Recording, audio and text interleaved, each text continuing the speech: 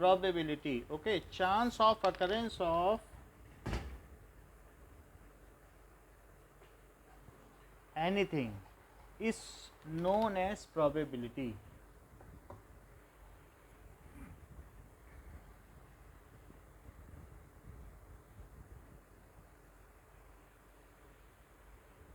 Okay, okay.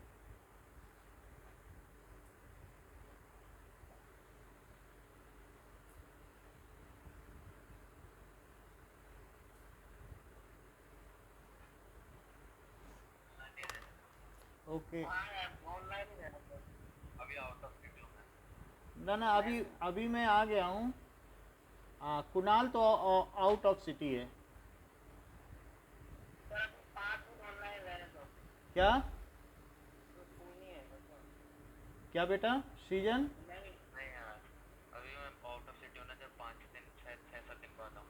वो कोई बात नहीं, वो मैं मेकअप करा दूंगा। Now probability, the chance of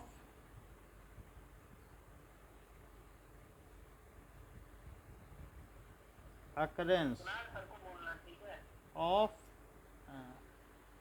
now chance of occurrence of any event, कोई भी इवेंट है, is known as probability.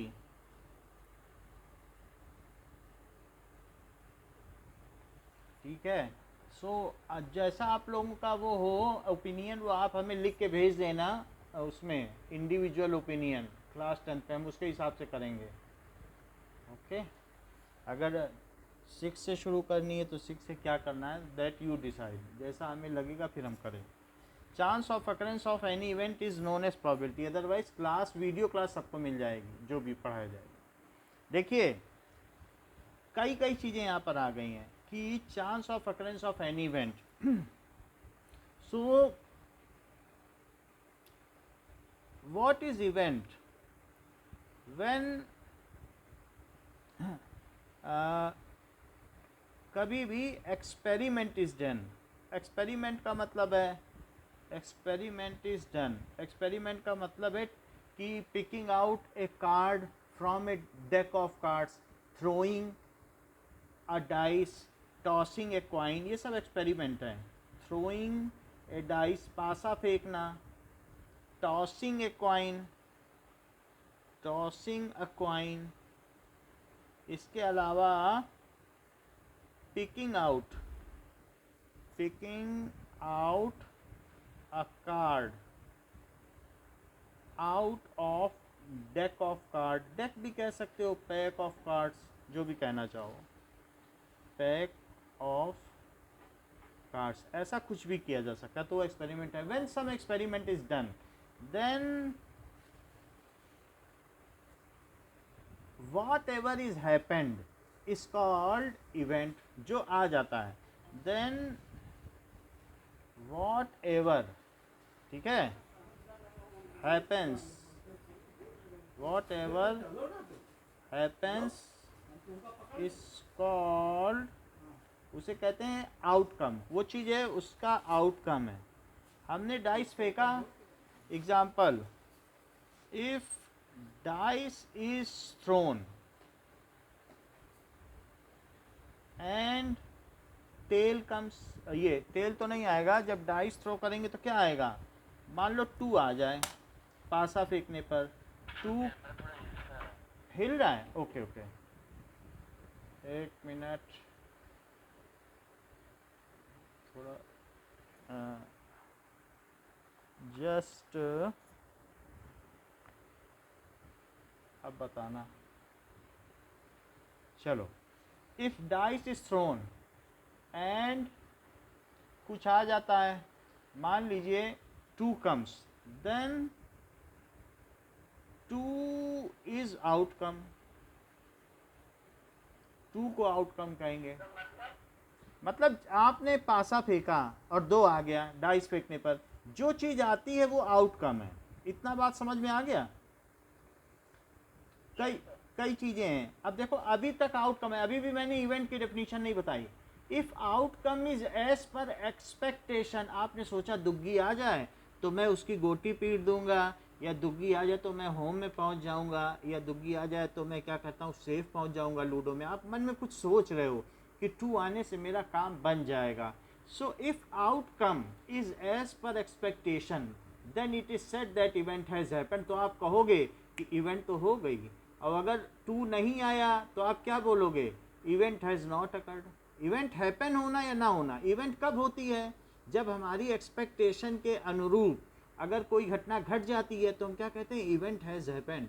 And if it is not as per our expectation, 2 नहीं आया, तो कहेंगे कि इवेंट हैज नॉट हैपेंड। समझ में आई बात कि नहीं? तो जो चीज़ हम चाहते हैं उसी की प्रोबेबिलिटी निकाली जाती है, और इस चीज़ की भी प्रोबेबिलिटी निकाली जाती है कि उसके विरुद्ध कितनी प्रोबेबिलिटी है। what is the chance of occurrence of this and what is the chance of not occurring of occurrence of this। समझ में आई बात कि नहीं? so if outcome is as per expectation,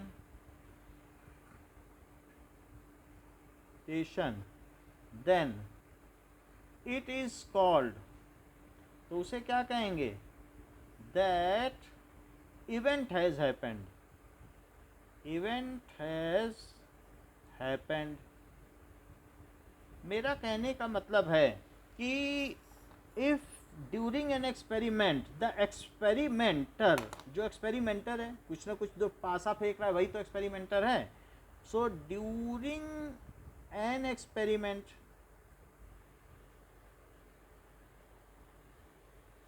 so experimenter, जो भी एक्सपेरिमेंटर होगा, so has some, उसके मन में सम एक्सपेक्टेशंस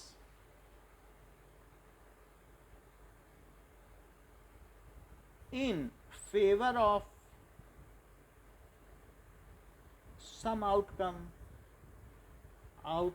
उसके मन में कुछ ना कुछ एक्सपेक्टेशन रहेगी। मान लो कि अनीशा चाहेगी कि 4 आ जाए, तो सृजन चाहेगा 3 आ जाए, तो अस्मित चाहेगा 2 आ जाए। सब अगर 4 लोग बैठेंगे लूडो खेलने तो सबके मन में अलग अलग एक्सपेक्टेशन, हो सकता है किसी की कॉमन भी हो, लेकिन कुछ जब एक्सपेरिमेंट किया जाता है तो उसमें एक्सपेक्टेशन होती है।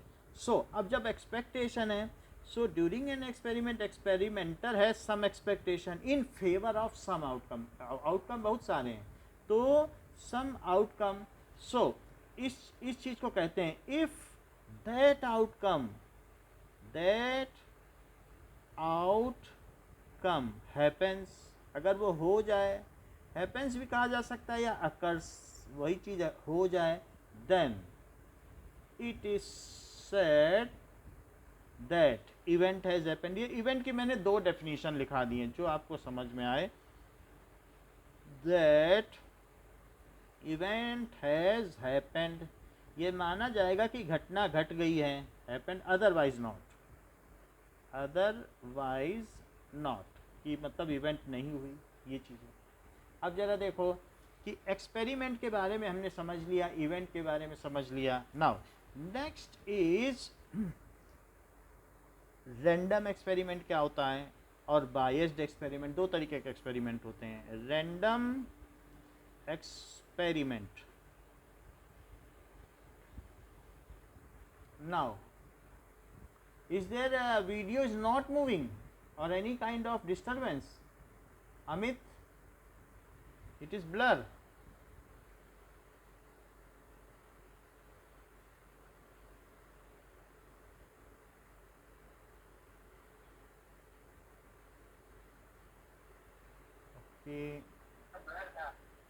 okay, now see, is it okay or it needs some cleaning of can? okay, now random experiment। so if outcome cannot be predicted in advance, यदि कोई भी सिक्का उछाल रहा है तो क्या कोई पहले से बता देगा कि हेड आएगा कि tail? If outcome can not be predicted in advance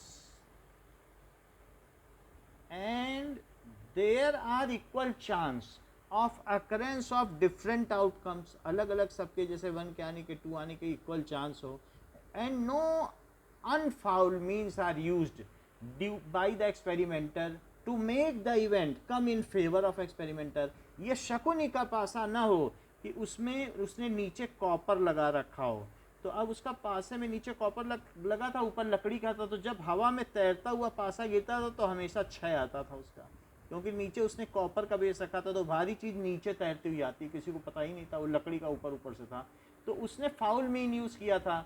so if out can not be predicted in advance, यदि पहले से बताया ना जा सके कि क्या आएगा, जैसे युधिष्ठिर का पासा रैंडम एक्सपेरिमेंट था, वो जानता था शकुनी जब भी उछालेगा उसके पास एक पासा था, उसमें 60 गिरता था। So can not be predicted in advance and no unfair mean, unfair means या नो फाउल मीन्स, कुछ गलत चीज़ें ना इस्तेमाल की गई हों, means are used by experimenter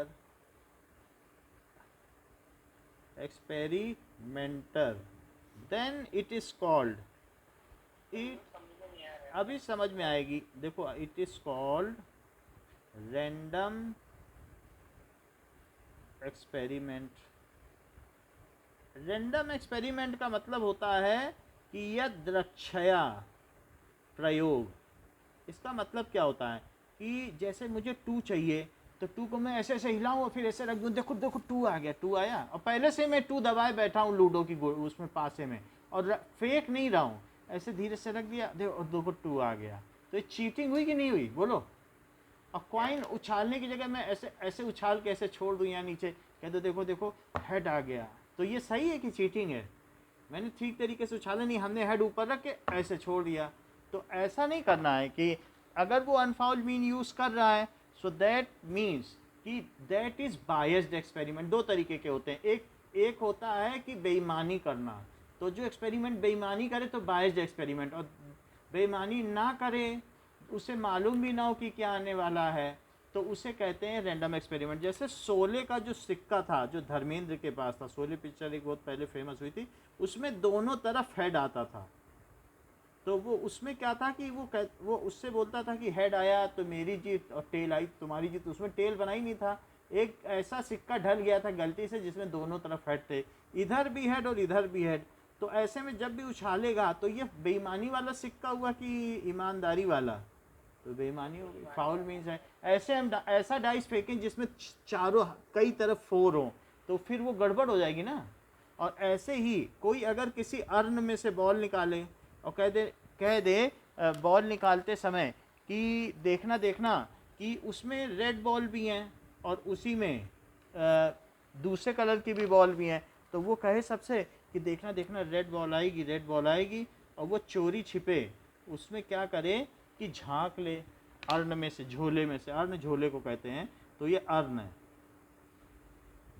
तो अर्न में वो इसमें क्या करे कि इसमें ये अगर देख ले और देख करके वो निकालने लग जाए, तो क्या ये उसका फेयर एक्सपेरिमेंट माना जाएगा कि अनफेयर?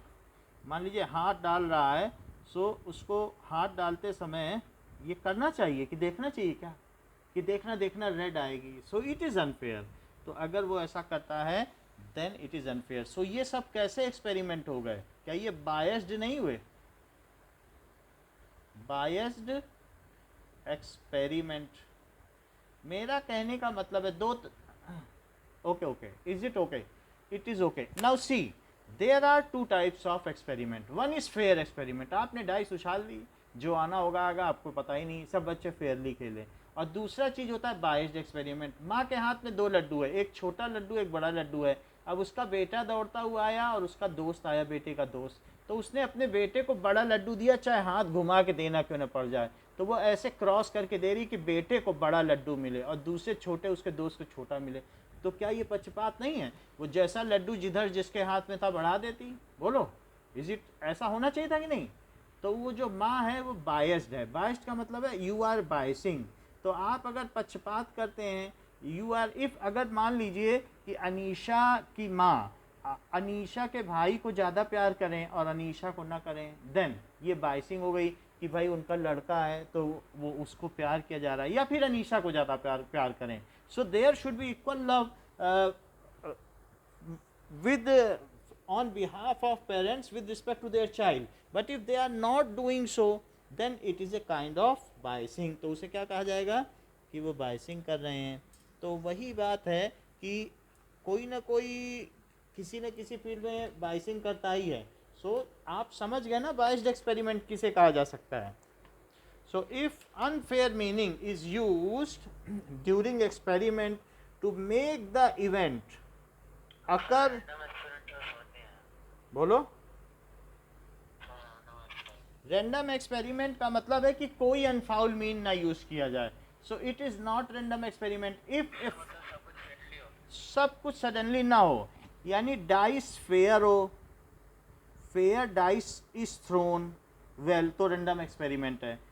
थ्रोन वेल, और ऐसा जो पैक हो जैसे well shuffled pack deck of card, card के पत्ते अच्छी तरीके से फेंटे गए हों तो पता ही नहीं चलेगा कि एस कहाँ है, और सारे इक्के मिला के रख दिए गए हों, और सारे दहले नहले सारी गुलाम बेगम बादशाह मिला के रख दिए गए हों. तो एक एक तरफ गुलाम रख दिए कि हमारे पास सारी गुलाम आ जाएं, सारे जैक आ जाएं या सारी क्वीन आ जाएं.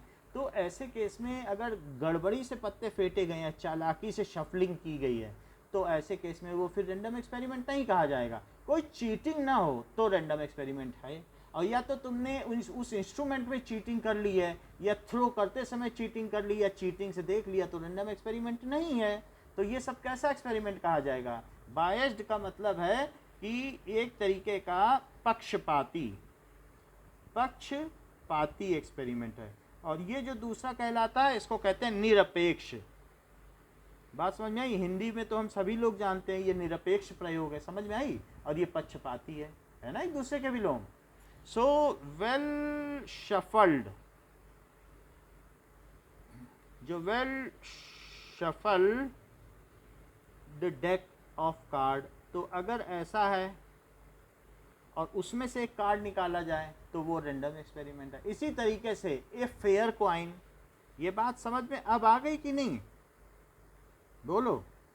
कि अगर इन्हें फेंका जाए तो ये सारे एक्सपेरिमेंट क्या कहे जाएंगे बताइए.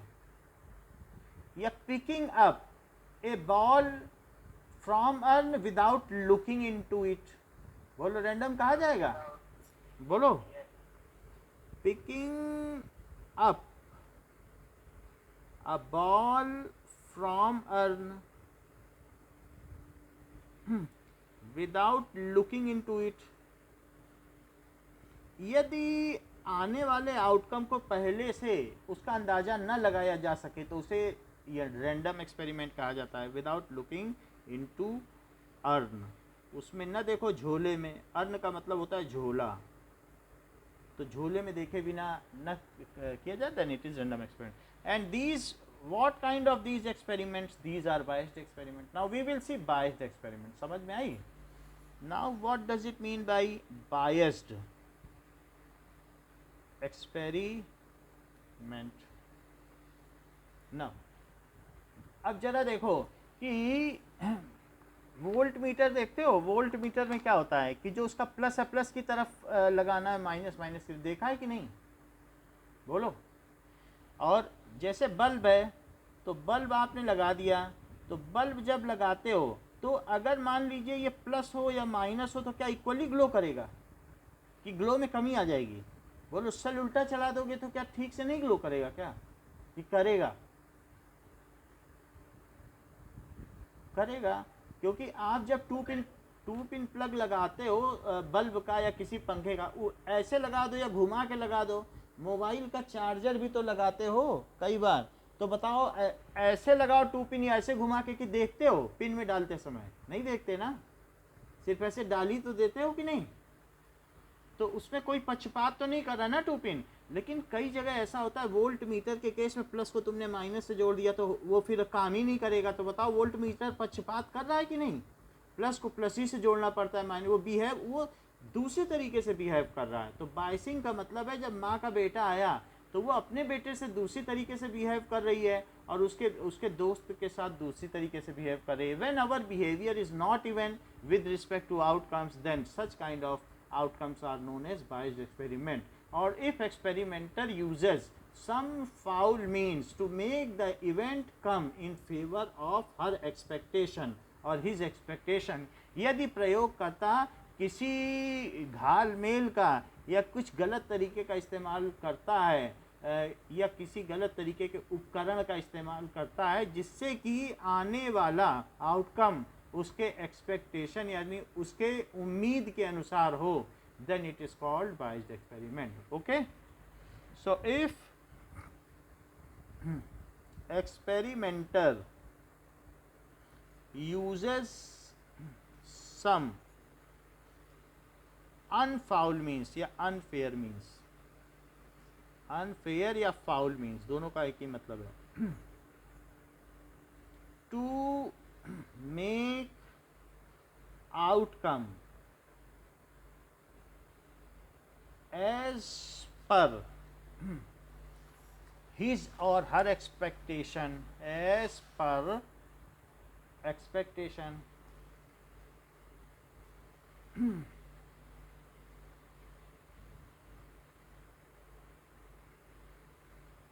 then such kind of experiment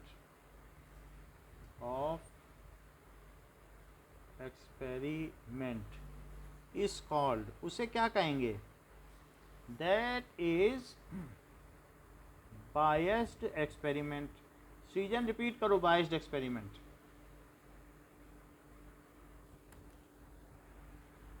बताओ.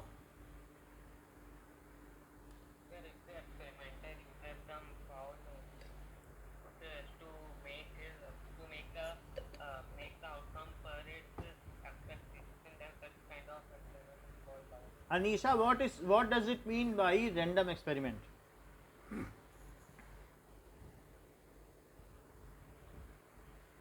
Anisha, are you there? Oh, हाँ आ रही, बोलो, बोलिए.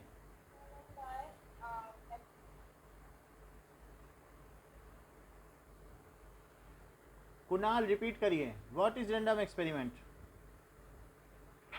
Experiment which is done by without any without cheating is called random experiment. Okay, now then what is event, Kunal?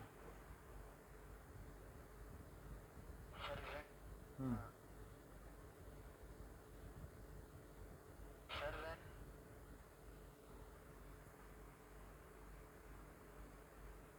when outcome is हाँ सही बता रहे हो, outcome is outcome is will happen in our expectation, हाँ, then it is called event has occurred. अच्छा बताया है बेटा, बहुत अच्छा बताया है. अमित ये बताओ, व्हाट इज प्रोबेबिलिटी?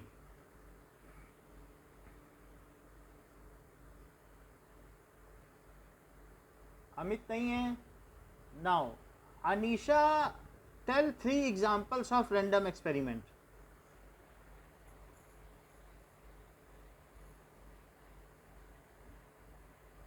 अनीशा, हाँ हाँ बोलो बोलो, आ रही.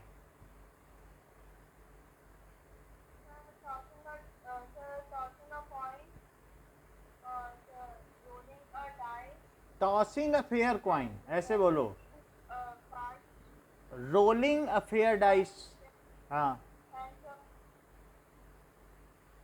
Picking a card from well shuffled pack. Okay, now ये 3 चीज़ें हो गई कि इसमें इवेंट क्या हो जाती है, एक्सपेक्टेशन क्या हो सकती है, ये सारी चीज़.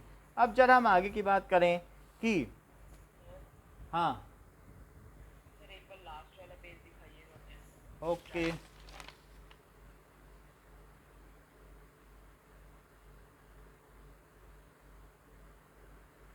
ठीक है. अच्छा, now what does it mean by sample space? Sample space से हम क्या समझते हैं?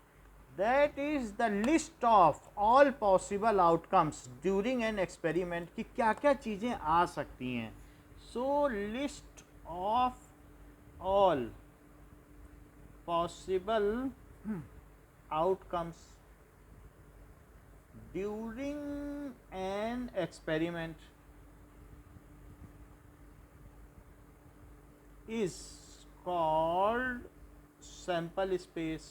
sample space, तो sample space इसे कहा जाएगा।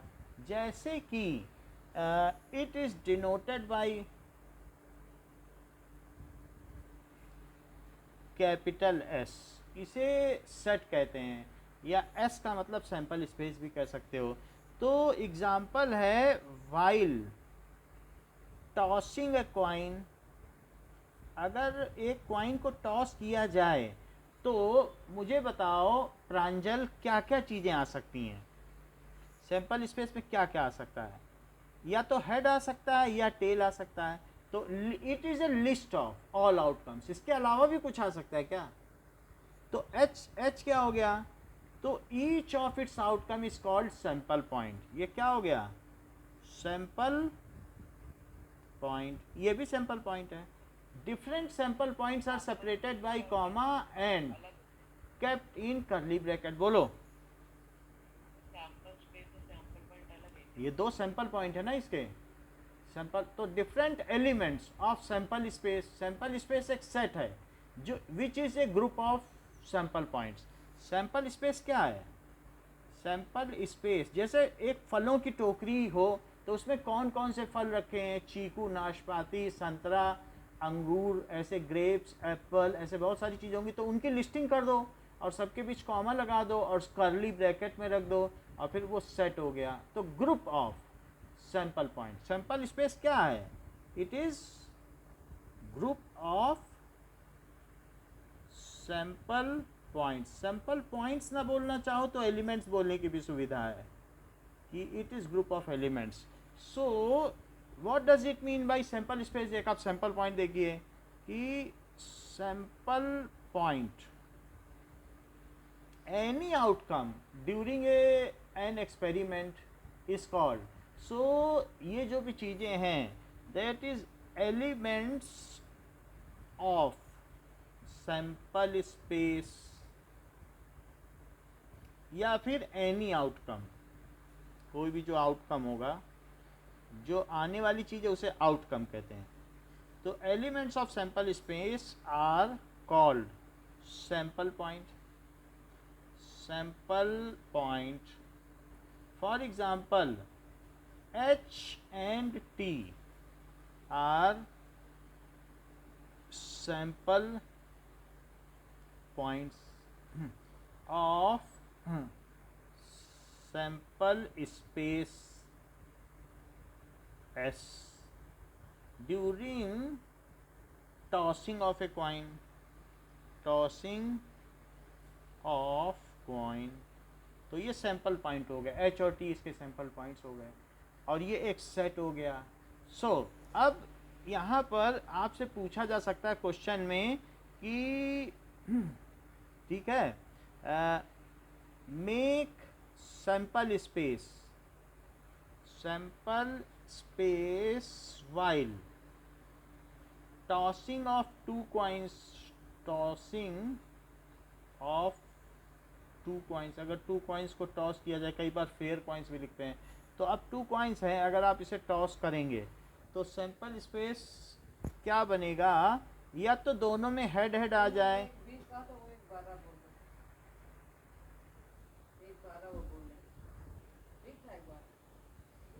पड़ेगा,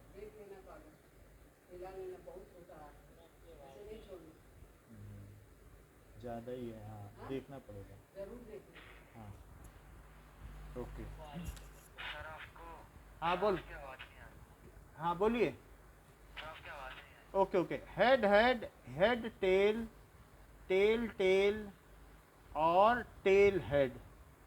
यानी ऐसा भी हो सकता है कि पहले में हेड, दूसरे में हेड, दोनों में हेड। टेल हेड भी हो सकता है और हेड टेल भी हो सकता है। यही चीज़ हो सकता है ना, पहले में हेड दूसरे में टेल, या फिर पहले में टेल और दूसरे में हेड। तो ये दोनों अलग अलग हैं, ध्यान रखना। तो क्या मुझे आप ये बता सकते हो प्रांजल कि ये जो हमारा सैंपल स्पेस है, इसमें लिस्ट ऑफ ऑल आउटकम्स हैं, वही उसको हमने ग्रुपिंग कर दी। इसमें कितने सैंपल पॉइंट्स हैं? बोलो प्रांजल। में 4 है। हाँ, तो that is the total number of sample points in any sample space is called cardinal number. The total number of elements in a set, ये सब एलिमेंट्स हैं। एलिमेंट्स भी बोल सकते हो, मुख्यतया इसे एलिमेंट्स बोला जाता है। कुछ लोग इसे एलिमेंट ऑन सैंपल पॉइंट, जिनसे मिलके कोई चीज़ बनी होती है तो उसे एलिमेंट कहते हैं कि नहीं। अब जैसे कोई चीज़ है, वो H2O में कौन कौन एलिमेंट है जो बिल्कुल फंडामेंटल है, उससे नीचे नहीं लाया जा सकता। एलिमेंट हाइड्रोजन है, ऑक्सीजन है वही चीज़, चाहे मैथ हो चाहे जो हो। तो अब क्या दो सिक्के उछालोगे तो सिर्फ हेड ही आएगा क्या? इससे नीचे और काट सकते हो क्या? तो एलिमेंट से मिल करके सेट बन गया। क्या बन गया? सेट। सेट क्या होता है? Set is collection of object. Set क्या होता है? What is sample space? तो सैंपल स्पेस एक सेट है which is collection of sample point. समझ में आई बात की नहीं? सैंपल स्पेस क्या होता है? Set which is collection. Sample space बोल दो या सेट बोल दो, जिसमें इसमें आगे पीछे भी कर सकते हो, ये यहाँ लिख दो ये यहाँ लिख दो, उससे कुछ फर्क पड़ेगा क्या? तो the total number of elements in A set is called cardinal number. उसे क्या कहेंगे? जैसा कि प्रांजल ने बताया, कार्डिनल नंबर। क्या बताया प्रांजल ने? कि NS इज इक्वल्स टू 4। यदि कोई पूछे कार्डिनल नंबर क्या है तो क्या हो जाएगा? NS is equals to 4। समझ में आई बात की नहीं? अच्छा, अब इसमें all elements are separated by comma and kept in curly brackets. Sir NS is equal to 4 क्या है? यानी इस सैंपल स्पेस में सैंपल पॉइंट्स की संख्या, number of sample points. Sir example है। हाँ, number of sample points in a sample space, उसी को कार्डिनल नंबर कहते हैं। जैसे कि अगर वाइल थ्रोइंग ए डाइस, जैसे कोई क्वेश्चन पूछ ले आपसे कि आपने एक पासा, रोलिंग ए डाइस बोल दे, वाइल रोलिंग ए डाइस, रोलिंग भी बोल सकते हो, थ्रोइंग अ डाइस, ठीक है। लिस्ट या ये कहा जा सकता है कि make sample space and tell its cardinal number. So cardinal number, तो इसका सैंपल स्पेस क्या बनेगा? क्योंकि ये क्या आउटकम्स आ सकते हैं? List of all possible outcomes इस सैंपल पॉइंट। बोलो है सब लिस्ट? इसके अलावा भी कुछ आ सकता है क्या? So that is each outcome, जो इसमें से हर आउटकम है, is a sample point. Sample point, जैसे एग्जाम्पल के तौर पर टू क्या है बताओ? क्या 2 सैंपल पॉइंट है? अच्छा, each outcome is a sample point. List of all sample points. Now Ishan इस सेंटेंस को पूरा करो। List of all sample points is, उसे क्या कहेंगे? Cardinal number. ये सही बताया, इज कॉल्ड सैंपल स्पेस। ये किसने बताया? ईशान की तो आवाज़ नहीं थी। सैंपल पॉइंट तो सीजन पहले बता देते हैं सैंपल पॉइंट है, ठीक है। तो list of all sample point is called sample space. उसे क्या कहेंगे बताइए? सैंपल स्पेस कह देंगे। और सैंपल स्पेस को किससे रिप्रेजेंट करेंगे? Now number of sample points. Himanshu इस सेंटेंस को पूरा करो। Number of sample points in a sample space is called, बताइए। Cardinal number. हाँ, so number of sample points. बोलो, अब कुछ समझ में आ रहा है कि सैंपल पॉइंट क्या है, सैंपल स्पेस क्या है, कार्डिनल नंबर क्या है? Number of sample points in a sample space, sample space is called cardinal number. तो अब जबकि आपको ये बात समझ में आ चुकी है, तो ईशान मुझे बताइए कि अगर एक डाइस को रोल कर दिया जाए तो उसका कार्डिनल नंबर क्या होगा, बताएं भाई, आप देर लगाते हैं। नाउ कुणाल बताओ। Sir, 6. अच्छी बात है। नाउ क्वेश्चन पूछा जा रहा है कि if 3 coins are simultaneously tossed,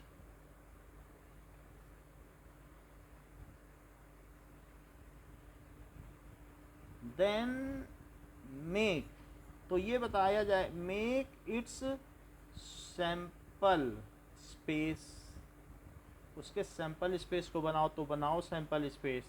क्या तीनों में हेड आ सकता है? 3 कॉइन फेंके गए हैं और 2 में हेड आ जाए और तीसरे वाले में टेल आ जाए, तो ये हो जाएगा हेड हेड टेल, फिर हेड टेल टेल, धीरे धीरे टेल इधर से बढ़ाते जाओ और फिर तीनों में टेल, फिर टेल रखो और अब उधर से हेड बढ़ाते चले जाओ, तो टेल टेल हेड, फिर और हेड बढ़ाओ और फिर एक बार टेल हेड टेल और हेड टेल हेड। तो इस तरीके से 80 not. Sir, हाँ बोलो, बताइए बताइए। सर इसको काउंट करने का कोई तरीका है? काउंट करने का तरीका है कि इसमें कितनी तरीके से आउटकम आ सकते हैं। पहले वाले में क्या 2 तरीके से आ सकते हैं, हेड या टेल, बोलो। सर हमारे सर ने बताया था कि अगर 3 तरह थे तो उसमें 2 का यूज कर दो। तो 2 है ना, तो पहले में 2 तरीके से, दूसरे में 2 और तीसरे में 2, तो फिर क्या हो गया, 8 हो गया कि नहीं। तो इस तरीके से हमारे पास क्या है, head head head head head tell, एक एक तरफ से टेल बढ़ा रहा हूँ, फिर हेड टेल टेल, फिर तीनों टेल कर दिए। देखो टेल इधर से बढ़ता जा रहा है ना धीरे धीरे, और फिर इसके बाद अब हेड बढ़ता जाए, 1 हेड फिर 2 हेड, फिर इसके बाद अब तीनों हेड कर दोगे तो फिर ये आ जाएगा। तो टेल हेड टेल और हेड टेल हेड, ये चीज़ होती है। सो इस तरीके से किया जा सकता है, जिसको न समझ में आए वो इस तरीके से बना सकता है। ये भी एक तरीका है कि टेल हेड और टेल हेड, तो इसका इसके साथ और इसका इसके साथ, फिर इसका दोनों के साथ, फिर इसका भी दोनों के साथ, फिर इसका भी दोनों के साथ। तो अब उसके बाद टेल टेल टेल, पहले इस रूट पे जाओ, टेल टेल टेल, फिर टेल टेल हेड। समझ में आई कि नहीं, कि पहले इस रास्ते चले, फिर इस रास्ते से यहाँ चले, फिर अब इस रास्ते से ख़त्म हो गया ना इसका रास्ता, बोलो टेल टेल टेल, क्या लिखा बताओ, टेल टेल टेल और टेल टेल हेड, बोलो इतना समझ में आया, टेल टेल टेल और टेल टेल हेड, पहला रास्ता ख़त्म। अब यहीं से दूसरे रास्ते जाओ, तो टेल हेड टेल और टेल हेड हेड, इसका सारा खेल पूरा, टेल हेड टेल, बोलो फिर से बता देंगे, फिर टेल हेड हेड। अच्छा अब नीचे से आओ, तो आगे पीछे हो सकते हैं, मतलब अगर कुछ भी कहीं भी लिखो, हेड टेल, इस रास्ते चलो, head tail tail, head tail tail और head tail head, head tail head, और फिर इस रास्ते चल चुके हो, अब इस रास्ते चलो, head head tail, head head tell, देखो इस रास्ते गए, हेड हेड टेल और फिर हेड हेड हेड। है बात कि नहीं, फिर से बताएं कि समझ में आ गई ये बात, बताओ। तो इस तरीके से भी चल सकते हो कि 3 चीज़ें हैं। तो आपको क्या करना है कि पहले पॉइंट पे जो न समझ पाए उसके लिए इस तरीके से है, पहले पॉइंट को टेल फिक्स कर लो और दूसरे में बदलाव करते जाओ, हेड हेड टेल फिक्स रखो, टेल को मत छेड़ो, head head head tail, tail fix रखो, टेल हेड और टेल फिक्स रखो, टेल टेल। बोलो ये 4 तो पीछे दिखा ही चुका हूँ कि नहीं दिखा चुका हूँ, बताओ भाई। Head head head tail tail head tail tail नहीं बताया पीछे। अब पहले की जगह हेड फिक्स रख दो और फिर हेड हेड लिखते जाओ, हेड फिक्स रख दो और फिर क्या लिखते जाओ, हेड टेल, टेल हेड और टेल टेल। यानी ये जो 4 तरीके हैं उसमें पहले पहले कॉइन में या तो टेल आ जाए सबके साथ या पहले कॉइन में हेड आ जाए। Is it correct? बताइए, अब तो नहीं छूटेंगे। फिर से देख लो, 2 कॉइन के तुमको पता थे कि हेड हेड होता है, हेड टेल होता है, बोलो पता थे कि नहीं? अरे सर वो सर हमारे सर ने बताया था सर, जैसे पहली लाइन में 2 की पावर 0 है तो 1 1 लिखो, फिर 2 की पावर 2 है तो 2 2 एक साथ लिखो, ऐसे हो जाता है। तो ठीक है, वो कर लेना, लेकिन आप फिर से समझ लो ये मेथड भी, अगर head head head tail, tail head और टेल टेल, बोलो ये 4 में तो नहीं दिक्कत है? बताइए, हेड टेल, टेल हेड और टेल टेल, इसको 2 बार लिख दो। क्यों 2 बार लिखो? क्योंकि अब तीसरे क्वाइन में या तो सब में टेल आ जाए और या तो सब में क्या आ जाए, बोलो, हेड आ जाए। Is it okay? किसी तरीके से भी लिख लो, आपकी मर्जी है, इसमें तो हमें नहीं लगता ज़्यादा सोचना पड़ेगा या ज़्यादा समझाना पड़ेगा। So I think it is well convinced to you, I have conveyed the idea, hence we are moving ahead. तो जैसे क्वेश्चन पूछा जा रहा है, make sample space if 2 distinct dice are thrown, make sample space if 2 distinct dice are thrown, 1 blue 1 red. ऐसा कहा जा रहा है कि हमने 2 डाइस अगर फेंक दिए हैं तो हमें ये बताओ कि किस तरीके से सैंपल स्पेस हो सकता है। तो मान लीजिए कि एक ये पहली वाली जो है ये ब्लू डाइस है और यहाँ पर दूसरी जो है वो रेड डाइस है। अब इन दोनों को एक साथ फेंका गया है। तो जब लूडो खेलते हैं तो अलग अलग कलर की डाइस भी होती हैं, ज़रूरी थोड़ी ना है कि एक ही कलर की मिले। तो अब ये नंबर 1 डाइस है, ये नंबर 2 डाइस है, तो इसमें बहुत सारे कुछ न कुछ आ सकते हैं। 2 आ सकता है, 1 आ सकता है, 2 आ सकता है, 1 आ सकता है। वैसे तो जो भी चीज़ होती है अपोजिट में जो होती है ऐसा होता है कि ठीक है 3 2, हाँ 3 4 अब 2 है तो 5 होगा, इसके अपोजिट में 1 और 6, यानी सम 7 होता है। तो इधर 3 है तो इसके पीछे क्या होगा 4, तो उसका सम कितना हो जाएगा 7। ऐसा होता है डाइस में। अच्छा आप देखो कि अब मैं सैंपल पॉइंट बना रहा हूँ, तो किसके सैंपल पॉइंट क्या क्या बनते हैं, 2 है तो 1 के साथ क्या आ जाए 1 1 2, पहले में 1 आए और दूसरे में क्या आ जाए 1 1 1 2 1 3 1 4। ये आपकी बुक में बना हुआ है, जरा पेज नंबर निकालिए तो पता चल। हाँ ये सैंपल स्पेस है, तो पेज नंबर निकालो तो दिख जाए, पेज नंबर 307 निकालो, दिखा? बताओ 1 1 1 2 1 3 1 4 1 5 1 6। अच्छा पहले में अगर इस वाले में 2 आ जाए तो 2 1 2 2 2 3 2 4 2 5 2 6। पहले में अगर 3 आ जाए तो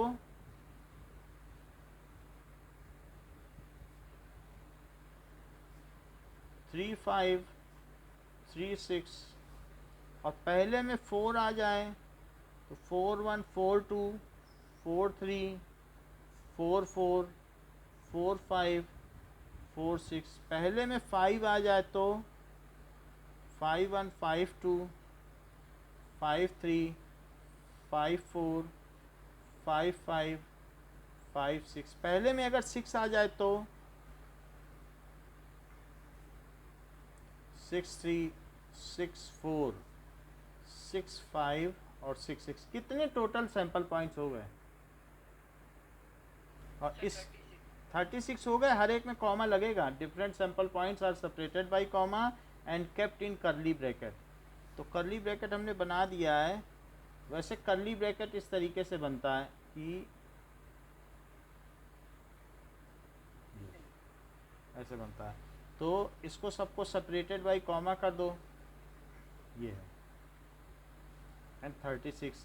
तो बताओ पहले डाइस में आउटकम्स कितने तरीके से आ सकते थे?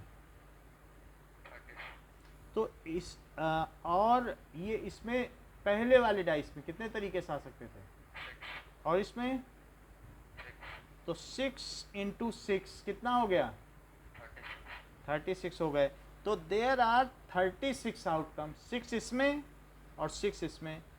तो टोटल इसका कार्डिनल नंबर क्या हो गया? Total number of sample point बताओ।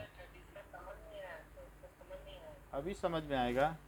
सो total number of sample points it is equals to 36। कह रहा है कि अगर दो पासे फेंके जाएं तो क्या क्या आ सकता है। मान लो ये आपका फर्स्ट पासा है, ये सेकंड पासा है, तो इसमें 1 आ गया, तो इस 1 के साथ इसके क्या क्या आने की प्रोबेबिलिटी है? कभी 1 भी आ जाए, कभी 2 भी आ जाए, तो 1 1 1 तो सारे आउटकम्स लिखोगे ना पॉसिबल। यानी इसमें 1 आएगा तो इसमें कितनी तरीके से चेंजेस आ सकते हैं, सभी संभावनाएं लिखोगे कि नहीं? 1 1 1 2 1 3 1 4 1 5 1 6 बोलो, ये 6 उम्मीदें हैं आने की कि ये नहीं है चांस। इसमें बता दो क्या नहीं आ सकता है। हमने इसे पहला पासा माना है, this is the first dice, this is the second dice. So 1 1 1 आ सकता है, 1 2 बोलो कौन सा नहीं आ सकता है जिसे नहीं समझ में आया? बताइए बताइए, नाम बताइए तो समझाएं। सो अगर पहले में 2 आ जाए तो 2 1 2 2 2 3 बोलो, ये सब आ सकते हैं कि नहीं?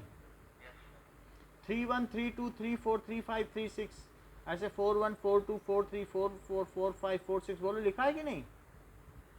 5 1 5 2 5 3 5 4 5 5 5 6 6 1 6 2 6 3 6 4 6 5 6 6 बोलो, इतनी तरीके से चीज़ें आ सकती हैं।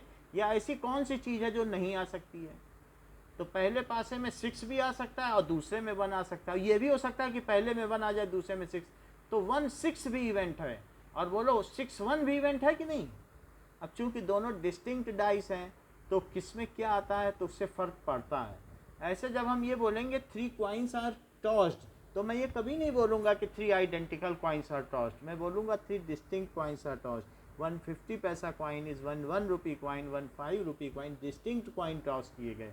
तो उससे अलग अलग चीज़ों में अलग अलग आने से बोलो आउटकम पे फ़र्क पड़ेगा कि नहीं? नहीं तो कोई पता ही नहीं लगा पाएगा कि हेड हेड हेड क्या है, कि हेड टेल हेड क्या है। बोलेंगे ये तो पता ही नहीं चल रहा कौन सा पहला कॉइन था, सब बिखर गए हैं। लेकिन अगर 1 रुपये का कॉइन अलग है, 2 का अलग है, 3 और 5 का अलग है, तब तो डिफरेंट आ जाएगा ना, डिफरेंस बोलो क्या? हेड टेल सेम आते हैं, लेकिन अगर 1 रुपी में हेड आ रहा है और 2 रुपी में टेल आ रहा है और 3 रुपी में हेड आ रहा है, तो किस में हेड आ रहा है ये भी मैटर करता है। तो क्या आप ये सोचते हो इसमें 1 और इसमें 6 आ जाए वो सेम है, कि जो इसमें 6 और इसमें 1 आ जाए, क्या वो दोनों सेम इवेंट समझ रहे हो? नहीं ना, आपके लिए सेम है। लेकिन जो डाइस का गेम खेलते हैं, जाके कभी आपने कसिनो में खेला है? अलग अलग कलर के कॉइन पे क्या नंबर आता है उसके ऊपर भी बाजियां लगती हैं। कभी नहीं खेला क्या? 1,50,000 हारे हो कहीं पे तो जाकर देखो। आप तो सिंपल लूडो खेलते रहे तो आपको कलर की महत्ता मालूम नहीं, आप तो सिंपल ग्रॉसिंग करते रहे, सम अप, आपसे मतलब ही नहीं होता था कभी कि इसमें क्या आया या उसमें क्या आया।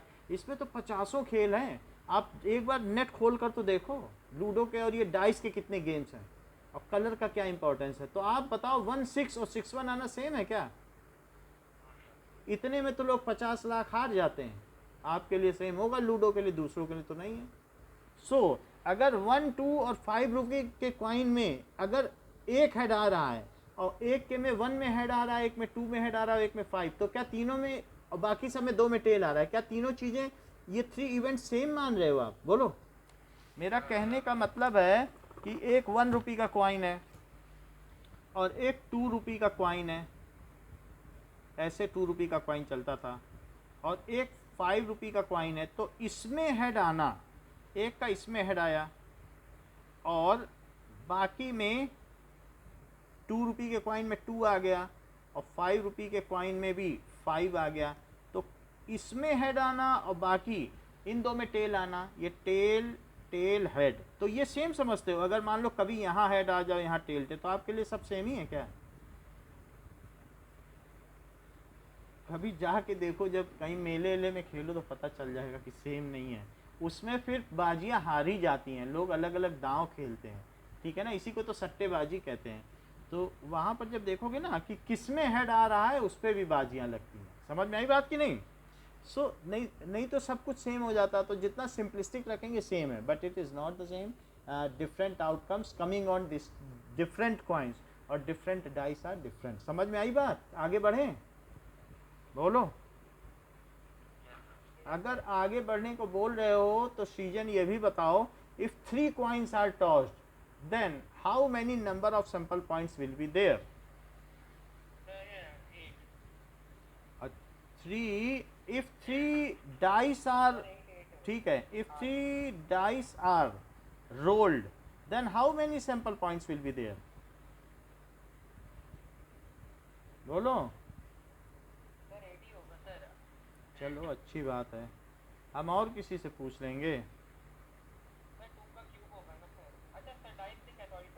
हाँ, सैंपल पॉइंट्स आर देयर, बोल। Yes, it is 6 into 6 into 6, यही एन एस होगा। It is 216। सो इसको कहते हैं कि पहले डाइस में इतनी तरीके से चीज़ें आ सकती, दूसरे में इतनी तरीके से, तीसरे में इतनी तरीके से। तो by fundamental principle of counting, तो टोटल नंबर ऑफ वेज ये हो गए कि पहले में कितनी तरीके से हो सकता है ना। कुणाल ये बताइए कि if 1 coin and 1 dice is thrown then make the sample space. अब सैंपल स्पेस बनाना है, कुणाल बनाओ पहले। हाँ, हेड 1 H1, हेड 2, हेड 3,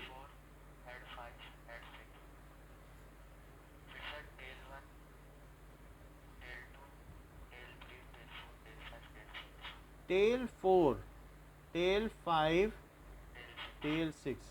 तो फंडामेंटल प्रिंसिपल ऑफ काउंटिंग क्या है कि यदि हमारे पास एक कॉइन है और एक डाइस है, तो पहले में चीज़ें कितनी तरीके से आ सकती हैं? अच्छा, पहले में 6 तरीके से, पहली ये में पहले 2 और दूसरे में कितनी तरीके से? तो अब अगर ये चीज़ है और NS, तो कितना हो गया? 12 है क्या? ये 12 है, बोलो। मेरा ये कहने का मतलब है कि तुम्हारे पास 4 पैंट्स हैं और तुम्हारे पास 3 शर्ट्स हैं अलग अलग कलर की। तो 4 पैंट्स हो गई और 3 शर्ट्स और 2 टाइज हैं। तो तुम किसी पार्टी के लिए कितनी तरीके से तैयार हो सकते हो? दैट इज 4 3 जा 12, 12 2 जा 24। So it is total number of ways, total number of ways we can be dressed for party. It is equals to 4 into 3 into 2, that is 24 ways by fundamental principle of counting. Fundamental principle of counting। और उसी तरीके से ऊपर की भी बात हो गई कि अभी बता देते हैं फंडामेंटल प्रिंसिपल ऑफ काउंटिंग। मान लीजिए कि आपने P1 पैंट पहनी, 4 पैंटें हैं, ध्यान रखिएगा। तो आपने P1 पैंट पहनी, तो P1 पैंट पहनने पर, या आप P1 पैंट पहन सकते हो शादी के कहीं पर भी जा रहे हो बारात में, या कोई बर्थडे पार्टी है, तो P1 P4 ये 4 तरीके से पहन सकते हो। लेकिन P1 पैंट के साथ आपके 3 शर्ट के ऑप्शन हैं। P1 पैंट पे आप S1 शर्ट पहनो, S2 शर्ट पहनो, S3 शर्ट पहनो। P2 में भी 3 ऑप्शंस हैं, चाहे S1 शर्ट पहनो, चाहे S2 शर्ट पहनो, चाहे S3 शर्ट पहनो। P3 में भी 3 ऑप्शंस हैं, चाहे S1 शर्ट पहनो, चाहे S2 शर्ट पहनो, चाहे S3 शर्ट पहनो। P4 4 पैंटें हैं और हर पैंट के साथ क्या ऑप्शन है? कोई भी शर्ट पहन सकते हो कि नहीं, बोलो। लेकिन S1 शर्ट के साथ आपके 2 ऑप्शन हैं। कौन कौन से ऑप्शन हैं?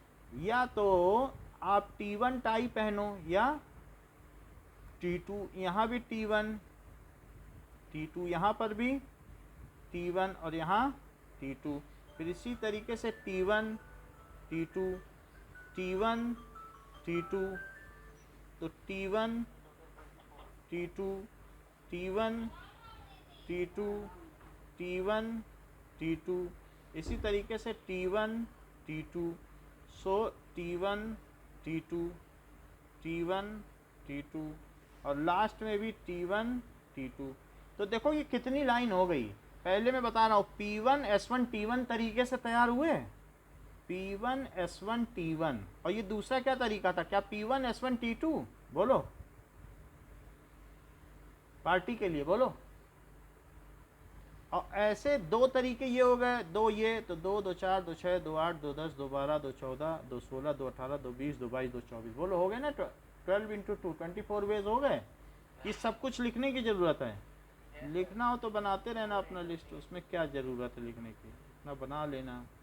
P4 S3 T2 T1, बोलो समझ में आया कि पैंट कितनी तरीके से पहन सकते हो 4, शर्ट कितनी तरीके से पहन सकते हो 3, टाई 2, तो बोलो 24 वेज हो गए कि नहीं। अगर मान लीजिए कि अगर 52 कार्ड्स होते हैं किसी कार्ड में, बोलो किसी डेक में, बताओ। So at a deck if, ठीक है, देयर इज वेल शफल्ड, बिल्कुल वेल शफल्ड है, डेक, डेक भी बोल सकते हो, पैक भी बोल सकते हो, of cards, then make its sample space, sample space. देखो मैं कुछ चीज़ें बताऊं तो फिर आपके पता चलेगा कि इसमें क्या होता है कि किसी भी कार्ड में एक होता है ये चीज़, जिसको कि क्या कहते हैं, स्पेड, इसका क्या नाम होता है कि हुकुम, इट इज़ कॉल्ड स्पेड। एक ऐसा होता है कि क्लब होता है, चिड़ी, ये चिड़ी होती है, फिर दैट इज क्लब। एक होता है, पहला था स्पेड, दूसरा था क्लब, और तीसरा होता है हार्ट या फिर लाल पान, और चौथा होता है ईंट, या इसको कहते हैं डायमंड। तो 4 तरीके के कार्ड्स होते हैं। अच्छा, और हर एक तरीके में ये देखो, अभी बता रहा हूँ। तो इसमें पहला वाला स्पेड, स्पेड, और ये क्या हुआ, क्या ये क्लब है, और ये क्या है, डायमंड है, और इसे क्या कहेंगे, so ये, हाँ ये गलत लिख दिया, इसे लिखो हार्ट, और नीचे वाले को क्या लिखो, डायमंड, तो इसको लिखो हार्ट, हार्ट, और नीचे क्या, डायमंड। अच्छा, वैसे इसको लाल पान कहते हैं। जब लोग खेलते हैं तो इंग्लिश में तो कोई बोलेगा तो खेल का मज़ा किरकिरा हो जाएगा। ईंट, और इसे क्लब है तो चिड़ी, और इसको बोलते हैं स्पेड तो हुकुम, या हुकुम का या हुक्म भी बोल सकते हैं। These are 4 suits. ये सब क्या हुए, किसी भी कार्ड में क्या चीज़ें होती हैं, जो निशान होते हैं उनको क्या कहते हैं, suits. So how many suits are there, बताओ। 4 सूट्स हो गए। अब इसके अलावा सब में किंग होगा, तो स्पेड का किंग होगा, ओके ब्लर है तो ठीक कर दे, ओके, सब में एक एक किंग होगा, ओके, और सब में क्वीन होगी। तो 1 मिनट मैं आपको कार्ड्स दिखा दूं तो पता चल जाए। Now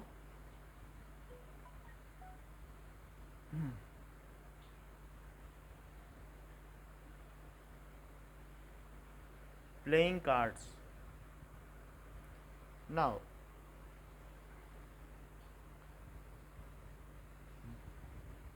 let us see playing cards. तो playing cards में आप ये देखो कि अगर हम देखेंगे तो यहाँ पे क्या दिखा रहा है, यहाँ पे क्लब दिख रहा है, हार्ट दिख रहा है, आपको स्पेड दिख रहा है, एस दिख रहा है, इक्का, ठीक है, और एस है तो इस तरीके से और भी कार्ड्स देख सकते हो, एस है, किंग है तो उसमें किंग बना रहेगा, और क्वीन है, क्वीन का मतलब रानी बनी रहेगी। एक बार दो बार तो कार्ड सभी ने देखा होगा। जैक का मतलब क्या होता है, जोकर होता है, तो कभी कभी जैक बना रहेगा तो जैक इस तरीके से होगा, कभी कभी क्या होगा, किंग बना रहेगा तो किंग इस तरह। लेकिन किंग चार तरीके के हो सकते हैं, हार्ट का भी हो सकता है किंग, इसी तरह से स्पेड का भी हो सकता है, या सबके चार तरीके से हो सकते हैं। जैसे आप देख रहे हो हार्ट का भी है, और डायमंड का किंग है क्या, और स्पेड का भी किंग है, तो हर तरीके के किंग हो सकते हैं। एंड देयर में भी और भी कई चीज़ें हो सकती हैं।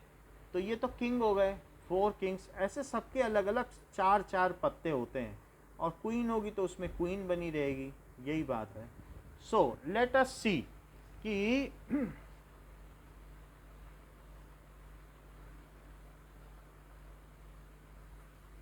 एक minute, how many number cards and how many face cards are there. According to SCTCC, Okay. there are 12 face cards and there are 36. Now king हो गया, क्वीन दिखाई थी ना मैंने, और जे दिखाया था जैक, गुलाम, बादशाह, बेगम, गुलाम, इसे क्या कहते हैं, किंग क्वीन जैक को हिंदी में क्या कहेंगे, बादशाह, बेगम। ये मधुमिता मिश्रा के नाम से कौन है, बेगम, श्रेयान है सर। ओके, गुलाम। या इसे क्या कह सकते हैं, किंग क्वीन जैक। अच्छा, इसके अलावा क्या हो सकता है, क्या एस हो सकता है, इक्का, इसको कहते हैं एस, इक्का, बोलो। जैक का मतलब जोकर, तो ये ए हो गया। फिर इसके बाद 2 3 4 5 6 7 8 9 10 सब में ये होगा। क्या बेटा, आवाज क्लियर नहीं, फिर से बोलो। जोकर का उसका यूज होता है। जोकर का, जैसे अगर कोई भी 4 कार्ड्स हो गए तो सबका कुछ लोग पेयरिंग गेम्स खेलते हैं, तो कई कोई है अलग अलग तरीके के वो दहला पकड़ खेलते हैं, सब अलग अलग गेम होते हैं।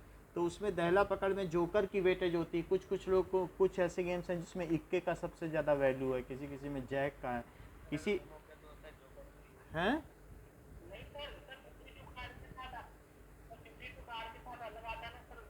नहीं नहीं, ऐसा नहीं है, तो वो जो अलग से लिखा होगा वो अलग है, लेकिन 4 जैक मेन कार्ड्स में भी है। एक minute, 4 jack in playing cards. Now ये देखो, ये कोई भी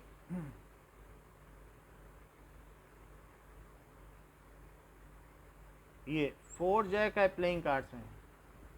जैक ऐसे आते हैं, वो खेल का हिस्सा होते हैं, ऐसा ना सोचो। एक जैक अलग से आएगा, वो 53rd कार्ड है, जिसका एक कार्ड खो गया है वो उसमें कुछ ना कुछ लिख के अपना पर्ची चिपका के बना ले, बस वही होता है। समझ में आई बात कि नहीं। एक दो फालतू के कार्ड आते हैं। तो 2 3 4 5 6 7 8 9 10, फिर वो उस कार्ड को माना जा सकता है कि वो जो 53rd कार्ड है, लोग आपस में सहमत हो जाते हैं ये जो है हुकुम की दुग्गी है, क्योंकि हुकुम की दुग्गी खो गई है। तो बोलेंगे जो 53rd कार्ड है उसे, वो जो एक जैक लिखा है डुप्लीकेट या सिमुलेटर सा बना हुआ है हल्का हल्का बिना कलर का, उसे हुकुम की दुग्गी मानी जाए। तो बाकी खिलाड़ी इस बात पे सहमत हो जाते हैं कि ठीक है, हम सभी उसे हुकुम की दुग्गी मानेंगे। 7 8 9 10, तो टोटल कितने कार्ड्स हो गए, 1 2 3, और इसे एक इक्का को 1 बोला जाए तो 1 2 3 4 5 6 7 8 9 10, तो बोलो 13 हुए। 3 तो यही हो गए, और 10 ये हुए कि नहीं, बताओ। तो क्या जिसमें चित्र बने होंगे उनको फेस कार्ड्स कहेंगे, बोलिए, फेस कार्ड्स। और जिनमें नंबर लिखे होंगे उन्हें क्या कहेंगे, बताइए। क्या नंबर कार्ड्स बोलेंगे? तो हिमांशु, क्या तुम बता सकते हो कि टोटल कितने फेस कार्ड्स हैं? Total face cards sir number है उसको नंबर का जो सर एक का है हैं? सर इग्नोर करना। एक का कहीं नहीं, कुछ नहीं है। टोटल फेस कार्ड्स कितने हैं? हिमांशु तो नहीं बता रहे हैं, ये बार बार लीव हो जाते हैं। आयुष आप बताओ फेस कार्ड्स कितने हैं?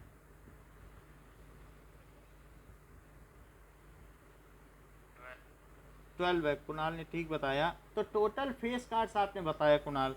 नाउ टोटल नंबर कार्ड्स बताइए। 52 नहीं सॉरी सर 36 आप जैसा कहें, हमारे हिसाब से 1 2 3 4 5 6 7 8 9 है, और 9 36 ही बोले ना आपने? तो यस सर तो आप 9 इंटू 4 कर लें, सही कह रहे हो, क्योंकि एक में 9 है। 9 into 4 36 from 2 to 10, from 2 to 10, ठीक है। किंग क्वीन जैक ऑफ ई, बोलो थोड़ा स्टार्टिंग नंबर का कुणाल बोलो क्या बोल रहे हो? सर वो श्रेयान कह रहा है। हाँ बोलो श्रेयान, क्या कह रहे हो? सर आपने तो सर एज को भी नंबर कार्ड में नहीं लिया है, मैंने ये बोला है कि ये इक्का को 1 याद रखा जाए, लेकिन जब नंबर कार्ड लिखा है तो 2 से लिया है, ठीक है ना। ओके सर बाकी इसे इक्का को 1 माना जाए, नाम ही है इक्का, लेकिन उसमें 1 नहीं लिखा गया, इसलिए उसे नंबर कार्ड नहीं मान रहे हैं। इक्का दुक्की, इक्का नाम से नहीं पता चल रहा है, इक्का दुक्की। अच्छा ये बताओ कि कितने सूट्स होते हैं श्रेयान? सर सर 4 सूट्स होते हैं। Number of cards in each suits,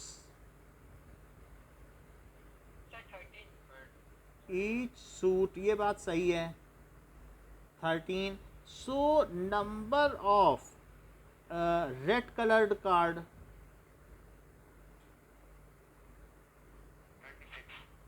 26, और यही चीज़ दूसरे के साथ होगी। रेड कलर में कौन कौन से आ जाएंगे? क्या 13 और ये भी 13 आ जाएंगे? बताओ भाई, ये सारे 13 और ये सारे 13, तो ये कौन से कार्ड हैं?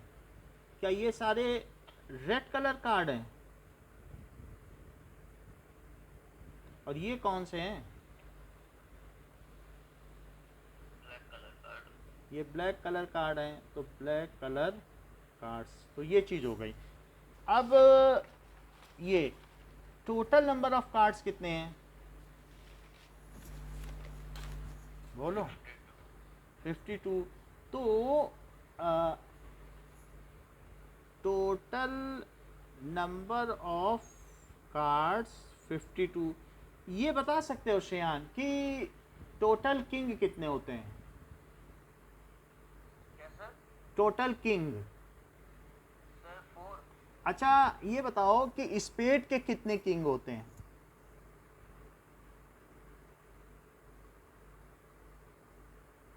बोलो 1। इसी तरीके से स्पेड का जोकर भी होगा तो कितना होगा? 1 ही होगा। तो ईच कलर और ईच सूट का एक ही कार्ड होगा।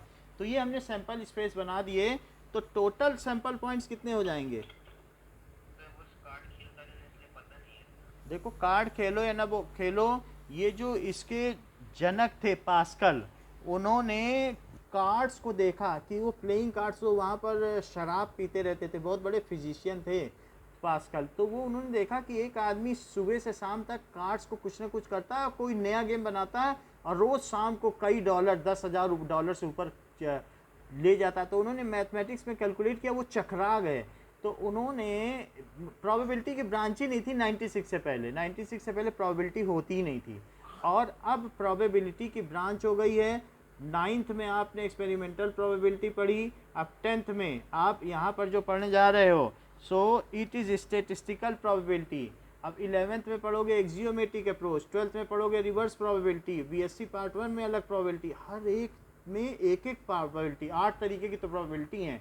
और ऐसा कोई ब्रांच नहीं है, चाहे जियोलॉजी हो, चाहे ज्योग्राफी हो, केमिस्ट्री हो या फिजिक्स हो, जहाँ प्रोबेबिलिटी ना हो। यहाँ तक कि जो हमारी जेनेटिक्स है, जीनोम टेक्नोलॉजी, वहाँ भी प्रोबेबिलिटी चल गई है, स्पेस टेक्नोलॉजी में प्रोबेबिलिटी चल गई है, अर्थशास्त्र में प्रोबेबिलिटी है। So no branch, any technical branch, scientific branch या कॉमर्स, ऐसी कोई सट्टा बाजार पूरा प्रोबेबिलिटी पे चलता है, शेयर मार्केट प्रोबेबिलिटी पे चलती है। तो उनका पास्कल ने इसकी नींव डाली और आज प्रोबेबिलिटी यानी प्रायिकता का इतना ऊंचा स्थान है। It is the inherent tool in every sphere of या एवरी ब्रांच ऑफ जो भी है लॉजिक्स, जो लॉजिक्स होते हैं हर एक की लॉजी, जियोलॉजी, इसी तरीके से न कौन से बायोलॉजी और अलग अलग लॉजी है, तो हर चीज़ में इसका वो है। तो टोटल सैंपल पॉइंट्स कितने हो गए? 52। ठीक है। कई बार तो वो ये करता था कि 2 डाइस लेके आता था और कहता था 7 से नीचे आए तो तुम्हारा, 7 से ऊपर आए सम तो मेरा। अब देखो वो कह रहा है 7 से नीचे आए तो तुम्हारा और 7 से ऊपर आए तो मेरा। तो जरा सम तो जोड़ो, कितना हो गया ये? कि 2 सम कब आएगा बताओ? अच्छा, उसके एक चांस हैं।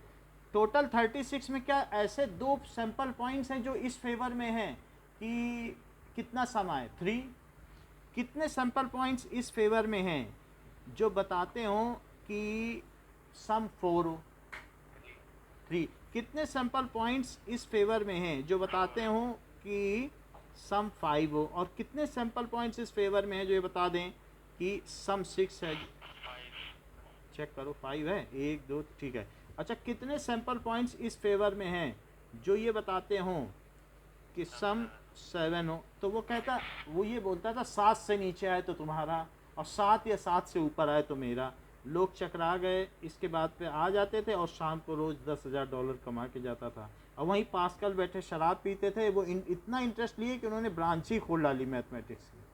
तो ये देखिए, तो अब ये देखो टोटल अब हमारे पास आने जा रही है statistical probability. Total 36 sample points हैं। So how many sample points are in favour of a number, sum of number below 7? जरा देखो 7 से नीचे कितने हैं। तो मैं क्या करूं, 7 तक छिपा लूं क्या? बोलो। अब इसके ऊपर ये सब 6 वाले हैं कि नहीं? बोलो।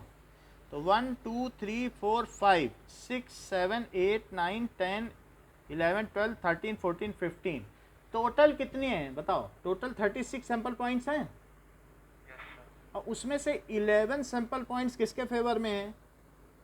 7 से नीचे के फेवर में है। और कितने 7 या 7 से ऊपर के फेवर में तुम जान सकते हो? 36 में 11 कम करोगे तो क्या आएगा? 25। बोलो, आई बात कि नहीं? सो व्हाट इज, तो हमारी जो ब्रांच है प्रोबेबिलिटी की, तो आपने 9th में कौन सी पढ़ी बताइए? सो प्रोबेबिलिटी जो हमारी थी 9th में, उसका क्या नाम था? क्या वो एक्सपेरिमेंटल प्रोबेबिलिटी थी? बोलो। एक्सपेरिमेंटल, अभी बता रहे हैं, पूरी बात बताएंगे तभी समझ में आएगा। एक्सपेरिमेंटल प्रोबेबिलिटी हमने किस क्लास में पढ़ी? 9th में। उसमें क्या था? जो 9th की हमने प्रोबेबिलिटी पढ़ी कि भाई हमें नहीं मालूम है कितने हेड हैं कितने टेल हैं। वो हम कहते हैं आज की 1/2 हेड की है, 1/2 टेल की है। लेकिन 9th में आपने ऐसा नहीं पढ़ा। 9th में ये बात आपने पढ़ी कि हमने सिक्का 1000 बार उछाला। अब 1000 बार सिक्का आपने उछाला तो कितनी बार उसमें से टेल आया और कितनी बार हेड आया, उसके बेसिस पर आपने प्रोबेबिलिटी पढ़ी। तो देखो कितनी बार हेड आए कितनी बार टेल आया। उन्होंने कहा हमें नहीं मालूम कितने सैंपल पॉइंट्स होते हैं, हम नहीं जानते, सैंपल पॉइंट्स तो बहुत हार्ड है, लेकिन कितनी बार हेड आया। तो बताओ हेड की क्या प्रोबेबिलिटी हो गई? क्या 455/1000? बताओ, यही तो पढ़ा था। और बताओ हेड की कितनी हो गई?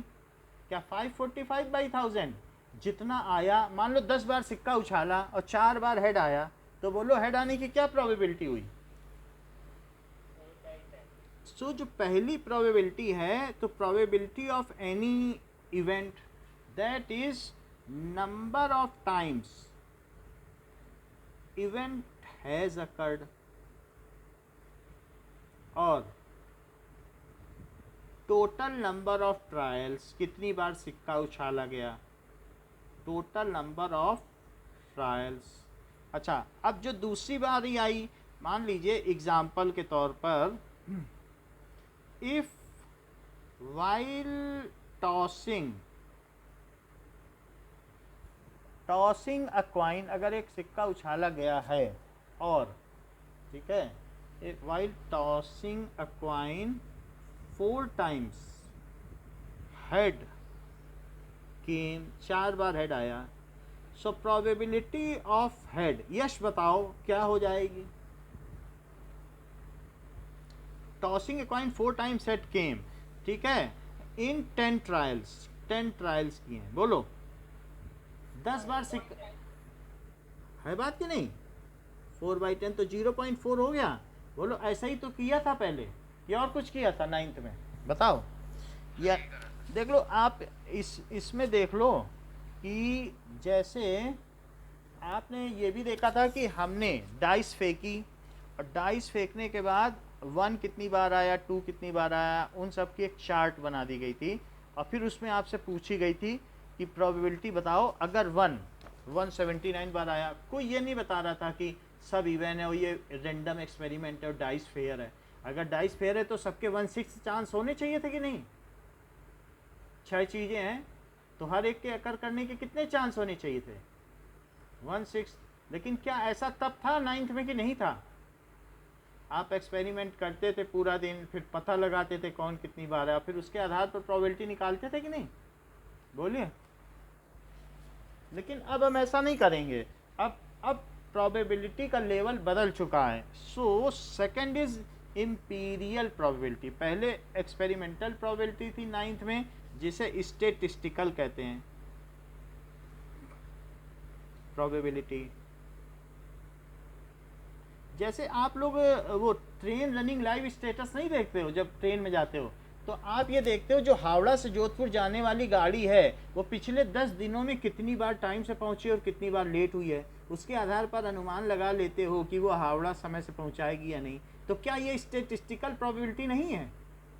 बताओ।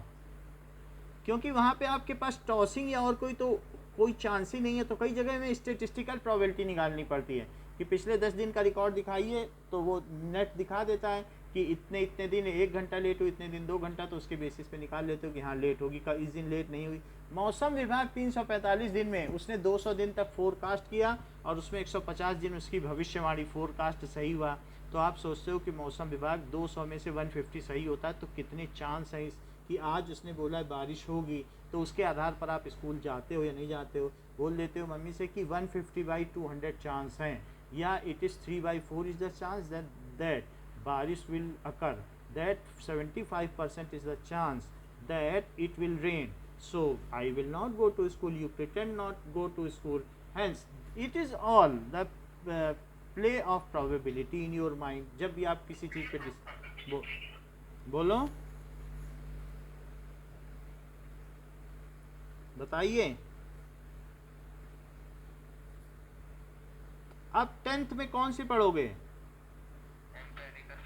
ये ठीक है, एम्पिरिकल प्रोबेबिलिटी। इसमें क्या चीज़ होगी एम्पिरिकल प्रोबेबिलिटी में? एम्पिरिकल प्रोबेबिलिटी में होगा probability of event is equals to number of outcomes in favour of event and total number of sample points, या टोटल नंबर ऑफ आउटकम्स। मेरा कहने का मतलब है NE/NS। जैसे कोई कहे कि फाइंड प्रोबेबिलिटी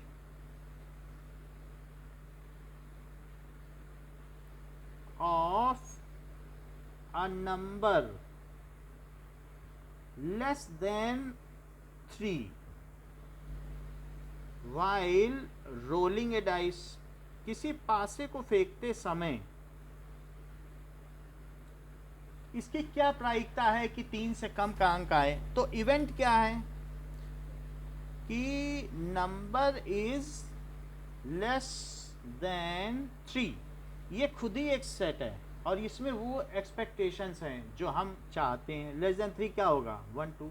तो बताओ एनी कितना हुआ, कितने सैंपल पॉइंट्स आपके एक्सपेक्टेशन के फेवर में है, क्या क्या आ जाए तो आप खुश हो जाओगे, क्या 1 और 2 आ जाए तो खुश हो जाओगे, वही नंबर्स लेस देन 3 हैं, बोलो। होम में पहुंचना है और यहाँ पर या तो 1 से पाव से गोटी खुलनी है, तो आप क्या सोचोगे, या तो पाव आ जाए या फिर 2 आ जाए, 3 तो नहीं चाहोगे। तो ये चीज़। अब दूसरा क्या है, एस क्या है, list of all outcomes, possible outcomes. तो ये बताओ कि एन एस कितना हुआ, 6। तो बताओ what is the probability of a number less than 3। तो क्या ये एनी अपॉन एन एस नहीं हो जाएगा, तो बताइए यस क्या प्रोबेबिलिटी हो जाएगी, बोलो। 1/3। हाँ, वैसे 2/6 होती है जिसे आप 1/3 कह सकते हैं। सो अब अगर आप इतना ही जानते हो यश, तो बताओ what is the probability of coming a king while picking a cards from well shuffled pack. What is the probability that the withdrawn card is king from a pack of well shuffled card? यश कोई बताने दीजिए जिससे पूछा जाए from a pack of well shuffled, shuffled की spelling देखेंगे, कभी पता नहीं चल रही है। चलो, तो प्रोबेबिलिटी ए किंग बताइए यश। 4/52। अच्छा बताया है। और प्रोबेबिलिटी ये एन एस, तो 4/52 इट इज 1/13। समझ में आ गई बात। तो आज के लिए इतना ही रखते हैं, in next class we will extend it more. कल साइंस की क्लास होगी। Thank you.